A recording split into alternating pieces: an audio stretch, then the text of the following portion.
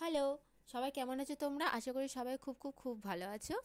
আজকে আমার আরেকটা নতুন ভিডিও নিয়ে আমি আবার চলে এসেছি।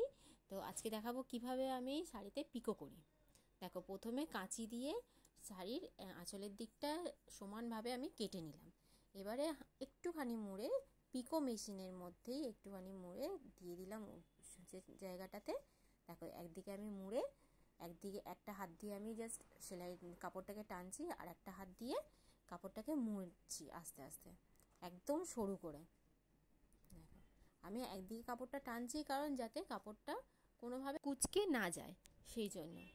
দেখো, পুরো সমান হয়েছে পিকোটা।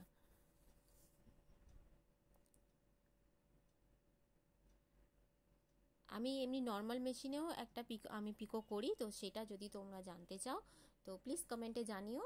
আমি তাহলে সিঙ্গেল মেশিন বা নর্মাল মেশিনে যে পিকো করা হয় সেটাও আমি দেখাবো।